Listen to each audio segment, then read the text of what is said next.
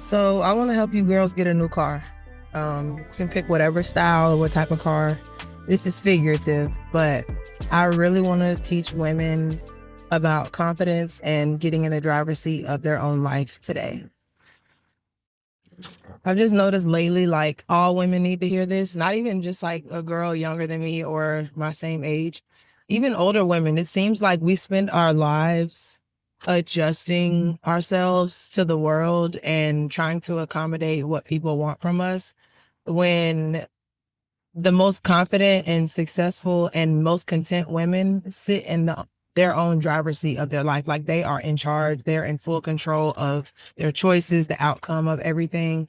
And I really just want to get on here today and discuss how women as a collective need to be more positive, even older women, because y'all are supposed to be the younger generation's elders and y'all are supposed to be teaching us. And the world is so full of, oh, I don't owe you anything. No one, I don't owe anyone anything. It's every woman, every man for themselves. Like older women are telling younger girls to just figure it out and just treating us like they're jealous of us. And that's not everybody, obviously, but like there's not enough strong leaders in the world that are women anyways. Like women, we don't, like we're all kind of fending for ourselves. It's either we're sticking together in sisterhood or we're just like, okay, well, girl, I don't care about you. But it's so controlling to the point where it's like women can't even tolerate each other unless we feel like we're in an environment that we can be in control. And it's like, that's so unhealthy. And that's why so many women cannot grow.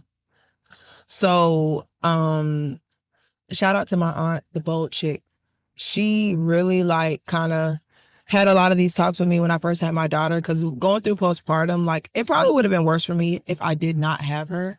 And she really just kind of like gave me a whole new like foundation of confidence as a new mom. And I really just want to share that with everybody because it has made dating easier. It's made, making my expectations to others more clear. Like I've been able to communicate better, grow closer to God, just all of that off of getting in the driver's seat of my own life. And I'm not trying to make it seem like you have to be selfish, but you do really have to consider yourself and prioritize yourself in order to be the best version of yourself for your child and to just give a more influential part of yourself to the world when because you're going to go out and you're going to talk to people or have to interact with people, and you don't want to be ugly and negative and bitter and miserable because you're going to paint this bad picture and people aren't going to want to be around you and they're not going to feel comfortable talking to you. And you say you want to be nice and you say you want to be loved and you say you want people to hear you and understand you, but you have to be open to listening to others and really being transparent about the good stuff that you need to work on. And getting in the driver's seat of your own life requires you to work on yourself. That doesn't just mean you get in the driver's seat and you're like, okay, this is what I want and I'm going to enforce these rules and people are going to have to do what I say. And it's like, no, you need to do the inner work and figure out how to make yourself happy. And you need to kind of develop a routine that illuminates light and happiness. It's something that you have to dedicate yourself to every day. And the people that love you will understand it and they'll give you the space to do that. And as your light shines, they will notice you're getting better. That's like the whole point of getting in the driver's seat of your own life. And the best part about when you're finally evolved, I'm not going to say when you complete because you're going to constantly grow until you die. It's inevitable. But when you finally feel yourself evolving and you feel like you're in a better space, you're just going to be more calm, more sure of yourself, and you're not going to feel the need to have a guard or feel the need to be aggressive. And you're also going to make better decisions about the situations you put yourself in anyway. So the company you keep, the people you choose to be around will also affect how happy you are and how bright your light shines. And some of the best ways to do the inner work and to make the steps to evolve is to definitely reach out to other women that seem to be a source of light to you. When you get the jealousy out of your body and the insecurities, you'll feel the need to draw inspiration from others. That's the lovely thing about being people, having substance, being flesh and spirit, full of energy. You have other people here that are constantly growing and evolving themselves right before you, even if they don't feel like they're at their peak potential. to you, they may be a source of light because they may be somewhere that you want to be or you desire to be.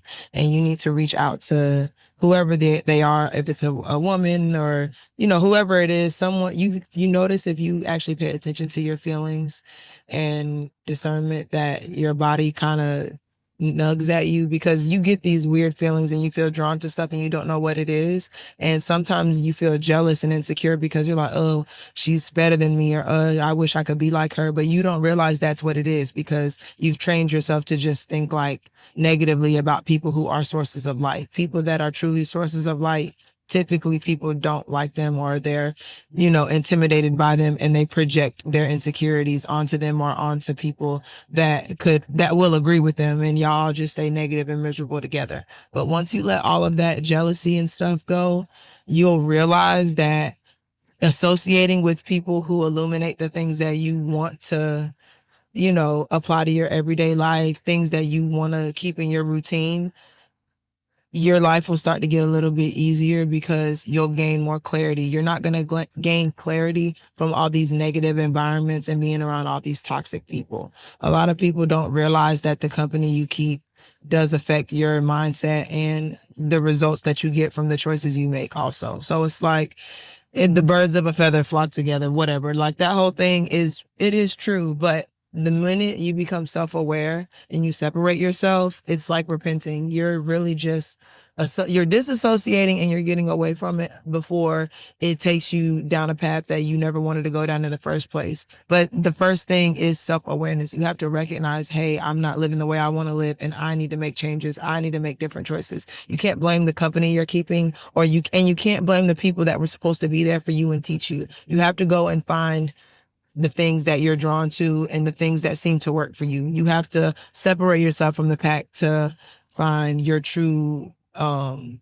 have to separate yourself from the pack to find your true path in life. Sometimes you have to rock it alone. And I've told a lot of people that only the strong survive when you rock alone. Some people can't do that. And that's why I say, if you really feel like you're trying to grow and you want to be a source of light and you want to be confident, you need to go to people who inspire you, people who you feel like are strong or they're confident, and you need to figure out what qualities they have, what choices they're making, what are they doing with their life to make you feel like, okay, this is what I want to be, this is what I'm drawn to. And you may find that they're doing something that you're not okay with, or that you are falsely drawn to something and you figure out what it is and you change it and apply it to your life. You like, okay, I tried to do this, but in my experience, it didn't work or I didn't like it. So next time I'm gonna do something different. It's okay to be let down by people. People, even though they inspire you, you don't have to make them amuse and idolize them. Inspiration doesn't have to be this whole big thing like, oh,